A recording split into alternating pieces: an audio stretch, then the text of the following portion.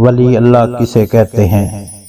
حضور شیخ الاسلام والمسلمین حضرت خواجہ محمد قمر الدین سیالوی رحمۃ اللہ علیہ نے فرمایا، بعض لوگ پیروں کے لباس میں ہوتے ہیں، دراصل خود جاہل اور ناواقف لوگوں کو بھٹکاتے ہیں۔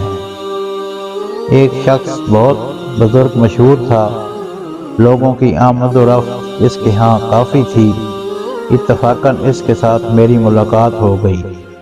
ویسے تو میں اپنے پیر و شیخ کے سوا کسی کے پاس جانا شرک فی الشریعت سمجھتا ہوں، لیکن اتفاقی صورت میں اس سے ملا۔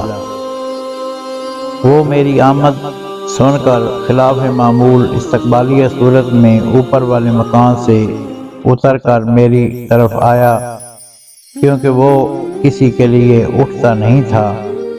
ملاقات ہونے پر کہنے لگا، بعض لوگ شریعت کو سختی سے پکڑتے ہیں، حالانکہ اصل معاملہ قرآن و حدیث کے علاوہ ہے، جو عوام کو معلوم نہیں۔ میں نے جواب دیا، قرآن و حدیث کے سوا محض جہالت ہی ہے، اور شریعت اقدس قرآن پاک اور حدیث شریف کا نام ہے، اور انہی میں پائی جاتی ہے۔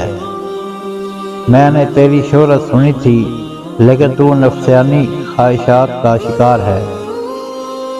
اس کے مرید میری ان باتوں کو سن کر منہ چڑھاتے رہے، لیکن زبان سے کچھ نہ کہہ سکے۔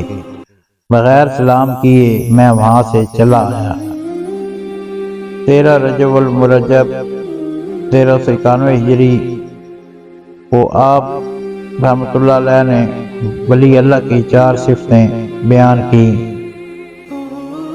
عشق الہی میں مستغرق ہونا، متبع شریعت ہونا، کسی کے دل کو آزار نہ پہنچانا، اور دنیا سے نفرت کرنا۔